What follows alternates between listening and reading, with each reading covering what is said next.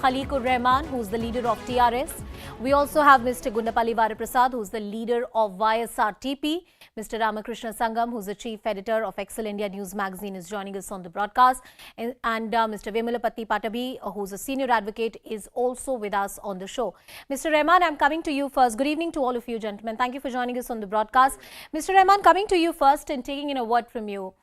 Sharmila has made some very serious charges against the present government. She argues that she is somebody who wanted to carry on her Padyatra. Her Padyatra was disrupted. She was not allowed to do what she has a democratic right to do, which is to protest, and the government is jittered by what she is doing, by her political activities. Good evening to all my co-panelists and good evening to you. In fact, for well over 200 days, Sharmila ji has been doing her Padyatra, and there was no disruption in her Padyatra, and she was doing it peacefully. It is only when she came to Warangal, when she threatened to kill the MLA, and then she provoked and instigated the cadre there. But even after that, our MLA did not respond to that, and cadre also did not retaliate it. And then, it was all stage managed that her van was vandalized according to her and what the images we have seen. And then after that, she in fact was brought to Hyderabad because there was the law and order problem which was being affected actually. So then after she came to Hyderabad, in a totally unlawful manner, without taking any permission from the police, she got onto the road with all her supporters and with all her cadre, which became violent. And then she tried to barge into the Honorable CM's residence, which is a high sensitive, high security area. And the main objective of the YSRTP and its leader is to disrupt the law and order situation here, and with the complete backing of the BJP party. And she, when she went to New Delhi in October, there was the news in the Times of India, that's of the 6th of October, 2022, that she would meet the top brass. And before that, just one day before that, that's on 5th of October, the Indian Express carried that she will now raise the graft issues. I would like to tell, Madam Sharmila ji, that Telangana is one peaceful state. And what is her contribution, first of all, to Telangana, and what is her local stand in Telangana? It is just at the behest of someone. She's just trying to, play as a tool in the hand. What is interesting, Mr. Rahman, we tried to get BJP on the broadcast, but the guests were not available. But the word coming in from the BJP is that they say she's a stooge of the TRS. She's in fact somebody who's been planted by the government, so that BJP, which is emerging as the principal opposition party, doesn't get the limelight. I don't have to say that. The kind of support she has been getting from the BJP and also from our Madam Governor, this goes on to say that who is behind her. It is not for me or for anyone to say, because the entire nation is watching, the entire Telangana is watching. It is just that she wanted to hog the attention. And it is not really, because first of all, let me tell you, she's the one who opposed the Telangana and her party. At all. Okay. And what is her contribution? Let me also bring in Mr. G. Varaprasad into the discussion. Okay. Let me also bring in Mr. G. Varaprasad into the discussion. Talking from the point of your party and your leader, Sharmila, there are various allegations which are being made that she's a stooge of the BJP or the TRS. She has no political standing. She's just somebody who's looking for political employment. And I'm quoting your political opponents. That's what has been said in the last 48 hours. I've covered this issue on live television. What is it that Sharmila is bringing to the table? Many people argue that she has no history, no political history in terms of working for the people. There's a question that Mr. Khalikur Rahman asked, that she's not sacrificed anything for the people of Telangana. So how can she claim any kind of political future in the state? That is she opposed. Mr. Varaprasad. Hello. Mr. Varaprasad, can you hear me? My audio is gone. Mr. G. Varaprasad, can you hear me? All right, we'll fix that audio. Mr. Varaprasad, can you hear me? Yes. Now you can hear me. Sir, I want you to talk about your leader and the credentials of your leader, Sharmila. More importantly, what is it that she is bringing to the table? There are serious accusations that she is a stooge of the BJP, especially with the sort of support she is getting from the governor. Yes, good evening to all of you. Now, Sharmila's local stand is, she born and brought up in Hyderabad, Telangana. When combined state was there, her father was the chief minister, late Dr. YS Reddy garu, everybody knows about it. And she's following the footsteps of late Dr. YS Reddy garu, because everybody knows that what YS Reddy garu did for the state of Andhra Pradesh. And so many reforms he brought, and so many people got benefited out of it.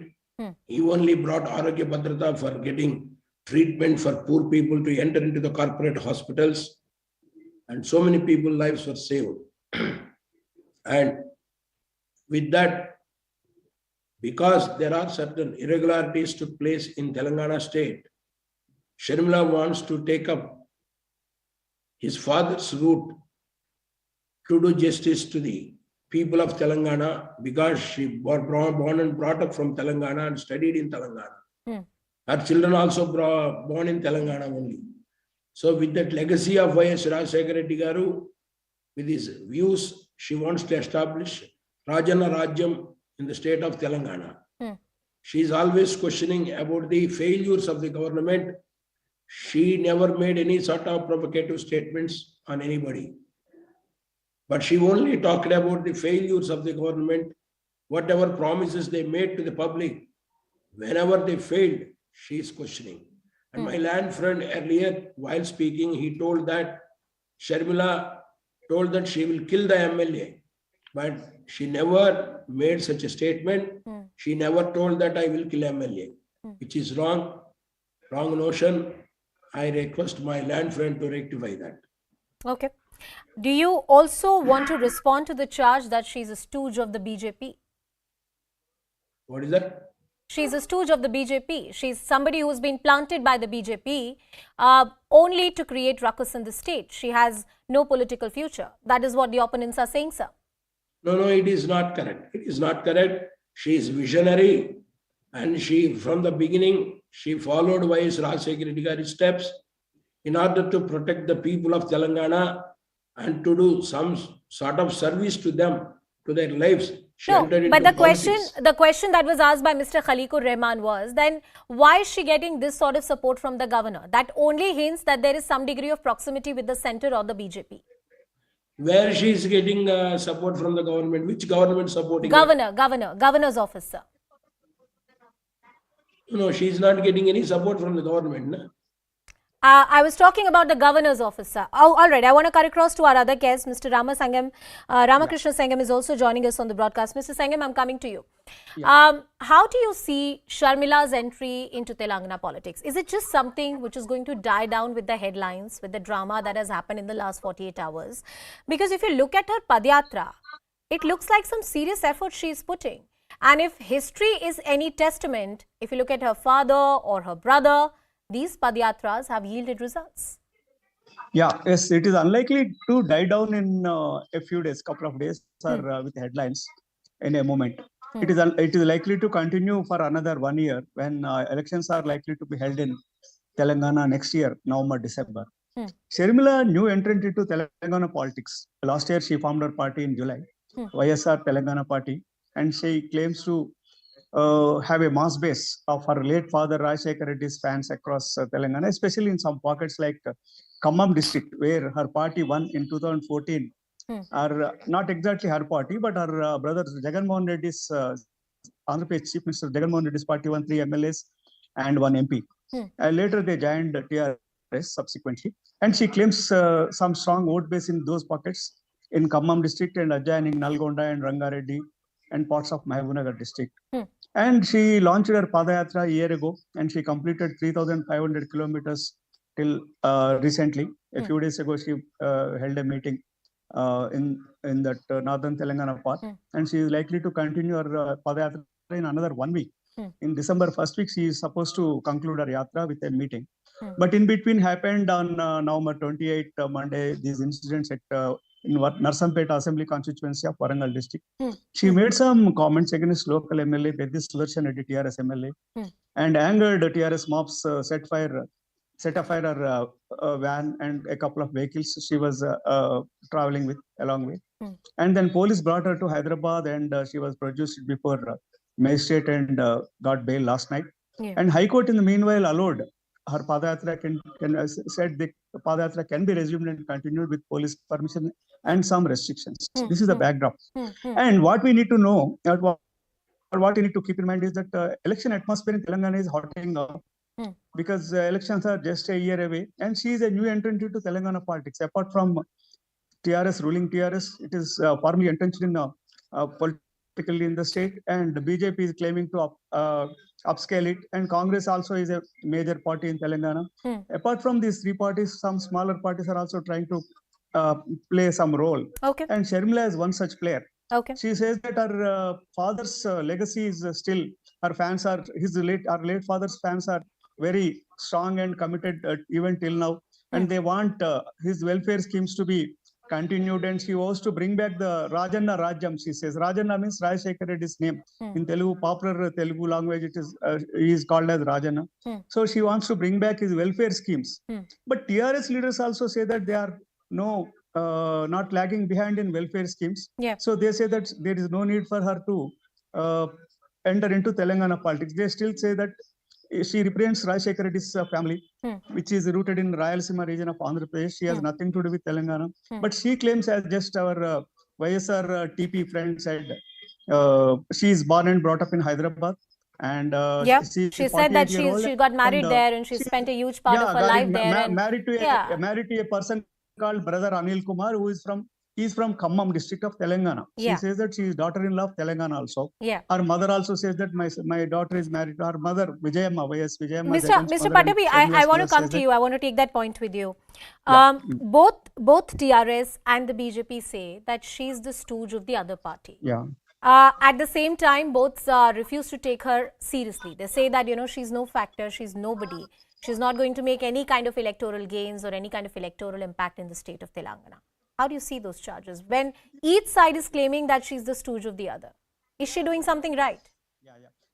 As far as Telangana politics is concerned, as my friend was telling, with the elections approaching, things are hotting up very much, very fast. Sharmila entered Telangana politics amidst lots of controversy, and step by step, she started establishing herself, as we see from her Padayatra and things like that. And the way she carries the legacy from her father to her brother and now herself, the Padayatras, in fact, the Padayatra is one of the most powerful political utility which we are seeing now. So she, in fact, when her brother was in judicial custody in the cases which he was involved in, she carried on the toughest Padayatra working for her brother. And now she is adopting the same method of carrying on the Padayatra. What I find about Sharmila is, she's a firebrand leading. She is not the ordinary run-of-the-mill politician. Whether it was when she was supporting her brother Jagan at Andhra Pradesh those days, or now when she has formed a party in Telangana, she has been firebrand and she is involving herself in lots of, I feel, needless controversies. But I think politicians is what they do. They need lots of controversies, which it will catapult them into Would you call it needless controversy? It has got her a lot of political attention that she wanted. Absolutely. She's getting all the media and political attention, the public attention. And unfortunately, what is happening is, especially in both the Telugu states, the accusatory tone of politics is rising by the day. Instead of having issue-based politics, we are going into accusatory politics, which is not a welcome sign, but no one can stop it because no party is free from this accusatory politics. But as I see Sharmila, she is forging ahead, and I think she is going to be a force to reckon with in the coming year. By the time of the elections, she is going to be a force to reckon with because people are, lots of media attention, the controversies she is creating, the willingness to go to jail, and playing the victim card. These are all things which a politician requires to skyrocket into publicity and take advantage, political mileage out of it. Mr. Khaliqur Rahman, I come back to you. There are some questions that Sharmila, her party, have raised about the governance in the state of Telangana. They have said that the welfare schemes are not in place. The manner in which the state has been functioning, or the Chief Minister's office is functioning, they are cut off from the reality. She's also criticized certain irrigation projects that have been going on.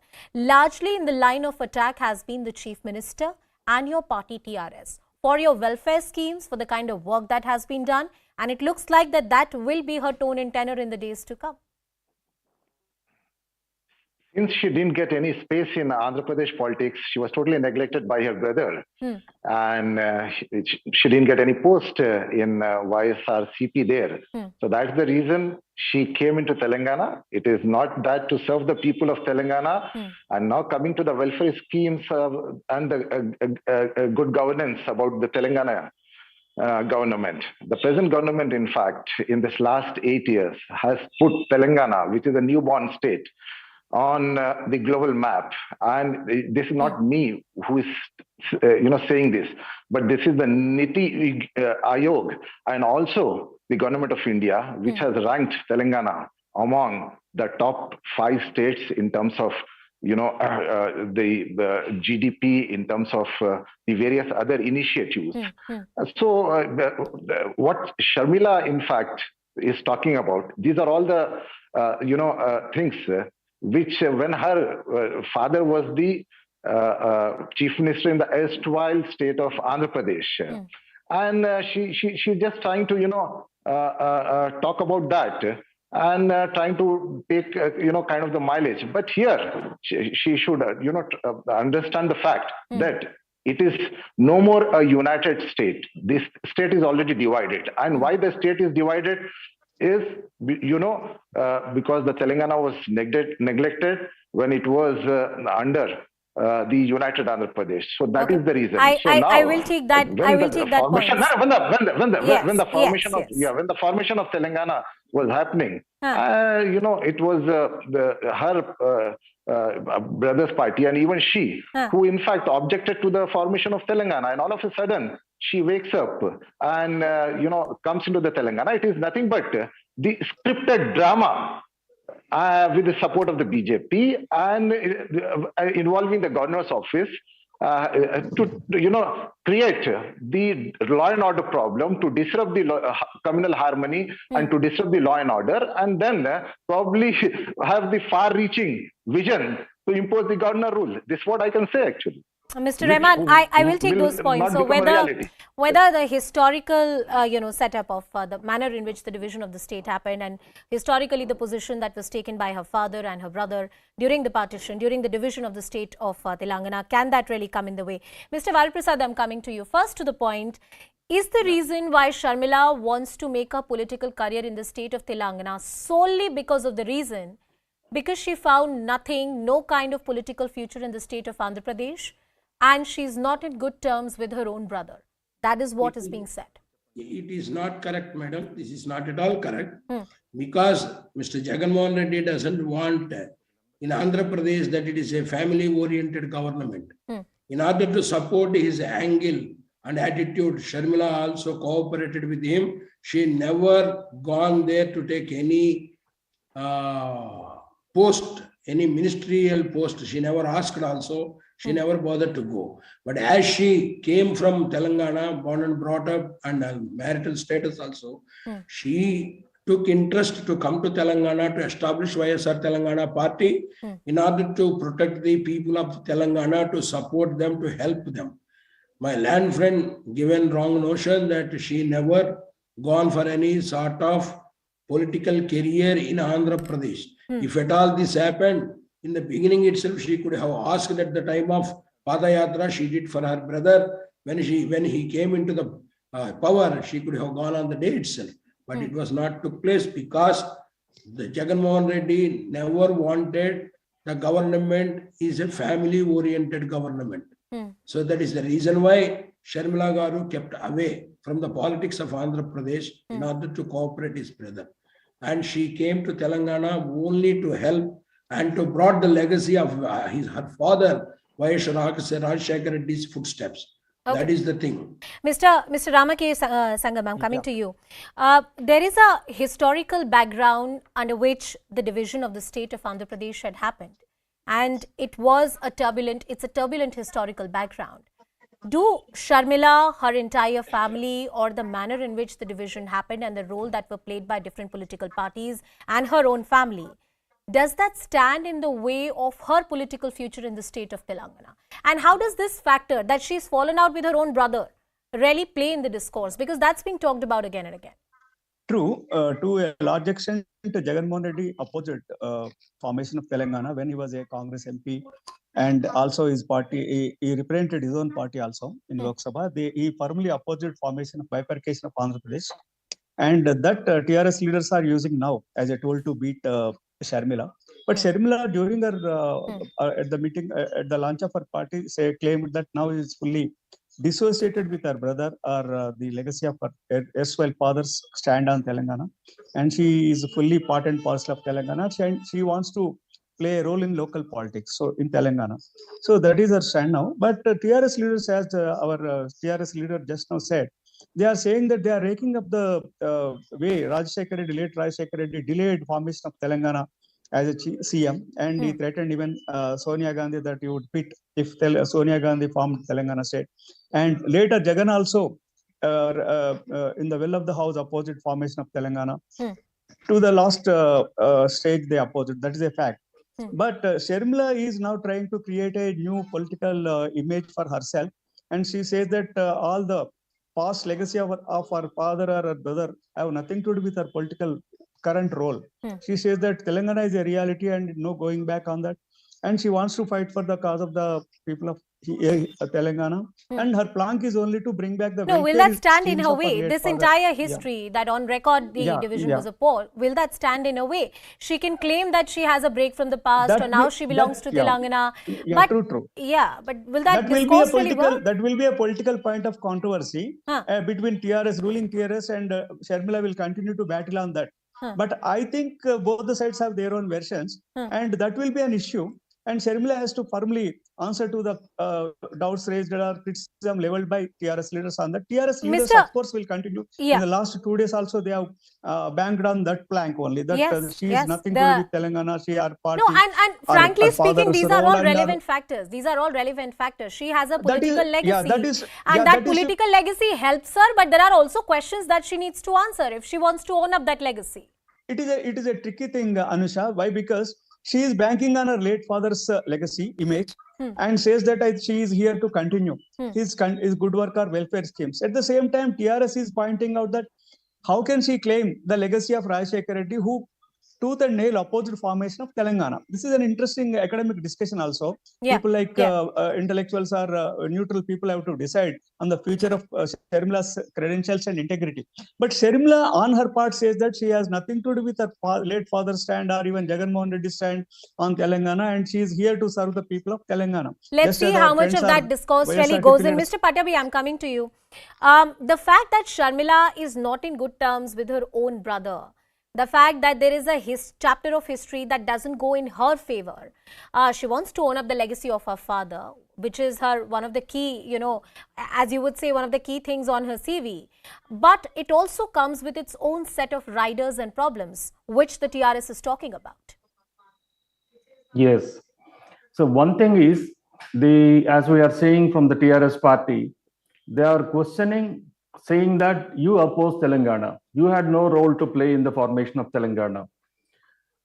If that is the case, it is ironical that this issue should be raised against Sharmila. Not that I am supporting Sharmila, but TRS has got lots of people who were in Telugu Desam and Congress who were firmly opposed to Telangana. Today, they are all holding ministers posts and other senior posts. So in politics, there is no permanent line of principle or value. That is what I have come to see that. So people from Congress, people from YSRCP, people from Telugu Desam have all merged with TRS.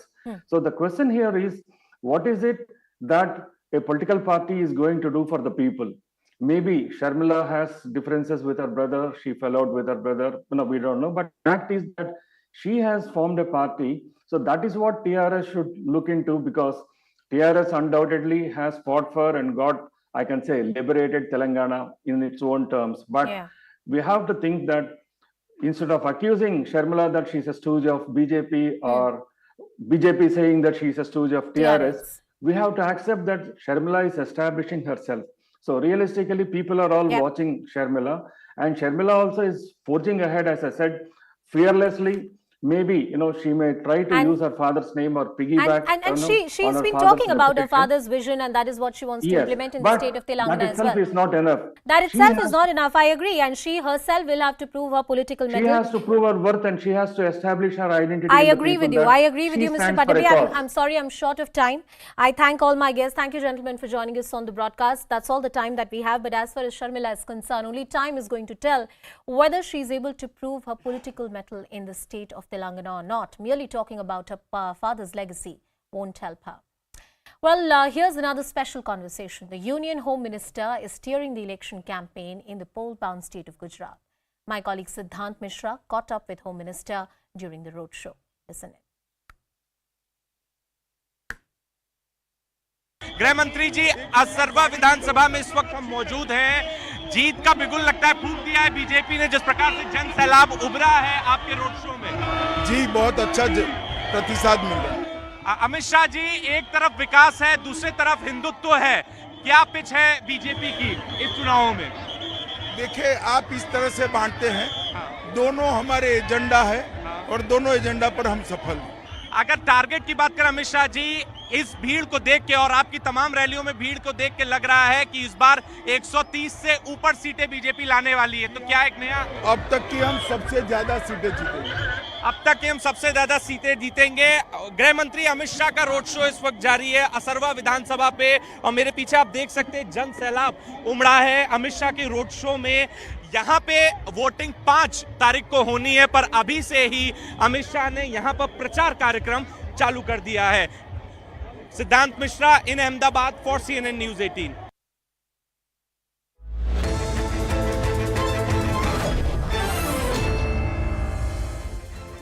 Good evening, hello and welcome. You're watching CNN News 18. This is Plain Speak with me, Poonam Burde. India's reservation system began as one of affirmative action, a system that provides historically disadvantaged groups a level playing field. But has the need for that run its course? While many believe it has, the debate over it continues. And the latest flashpoint in this quota quandary is whether Dalit Muslims should be included in the scheduled caste list. The centre vehemently defended its position in court in the month of October on why Dalit Muslims and Christians do not deserve the status of scheduled caste. Today, the Jamiat Ulema-e-Hind moved the Supreme Court seeking scheduled caste status for Dalit Muslims for reservations in jobs and admissions in education institutions. Their plea claims that it is a much-needed effort to deter the marginalization of Indian Muslims. Now, before we take a deep dive into whether such a demand is rational, let me take you through the key aspects of what the petition of Jamiat-e-Ulema-e-Hind actually goes on to say. In their petition, they go on to say that in our society, the truth of the system cannot be denied. That's the first thing that they go on to speak of, whether it is not in Islam that you are a Dalit or no, whether the concept of a caste system exists in Islam or not. You cannot see it only from that parameter, because in the Indian culture, as per our traditions, there is a caste system and Indian Muslims are also disadvantaged. They also then go on to say that denial of the SC status to Dalit Muslims is actually depriving them of political benefits. That's another point they make in this petition. Denial of this status also denies them educational and other benefits. That's another claim they make, which is why they want this quota in jobs and in educational institutions. The petition further elaborates on how the move to not grant them this status is a calculated historical wrong to restrain practice and propagation of one's religion. So they want it delinked from your religious aspect. They then go on to quote the Sachar Committee report, where they say that the gap between Muslims and other social religious categories has in fact increased, and to make it a level playing field, this disadvantaged group, a part of the Muslim community, needs this kind of succor from the government, from the courts of this country. They then also go on to say that unemployment among Muslim graduates is the highest among the social religious groups. They again go on to quote a report which puts out that statistic to make a point to build their case. They then say that nearly 47% of Dalit Muslims in urban India are below the poverty line. to uplift them from that situation and to ensure there is a level playing field as far as the economics is concerned, which is why Dalit Muslims need to also be included in the list of scheduled castes. Now, that's the prayer that they have made in the Supreme Court that has triggered a bigger debate now.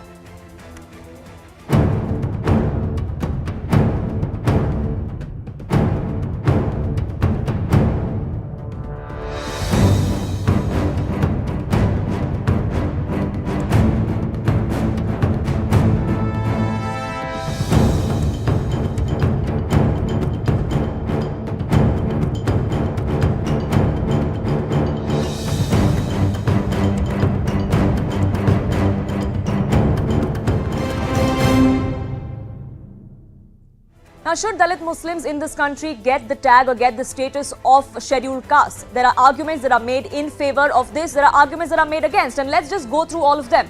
The argument in favor is that a change in religion does not necessarily change social exclusion. So just because you converted, that does not mean that you are excluded as far as your economic situation is concerned. The argument that is being made against why this is not really required, they say that Christians and Muslims, when they converted and their caste identity was lost, which is why they should not be accorded this status. The arguments in favor then go on to say that there are several other factors, but caste hierarchy stays irrespective because the intermingling of culture stays. It's between Hindus, Christians and Muslims in this country. We live together as one, so the intermingling continues. So the caste and social hierarchy continues as well. But the arguments that made against this go on to say that this provision really is meant only for those who have suffered due to untouchability. It cannot be accorded to someone who's now outside of this particular system, of the caste system. The arguments that are now being made in favor go on to quote the Sachar panel. They say that conversion not necessarily means that the situation has improved. That is something that Jamaat is also now pointing out in this particular petition. But those who are against the inclusion of Dalit Muslims in the category of scheduled caste, they go on to say that the inclusion will significantly increase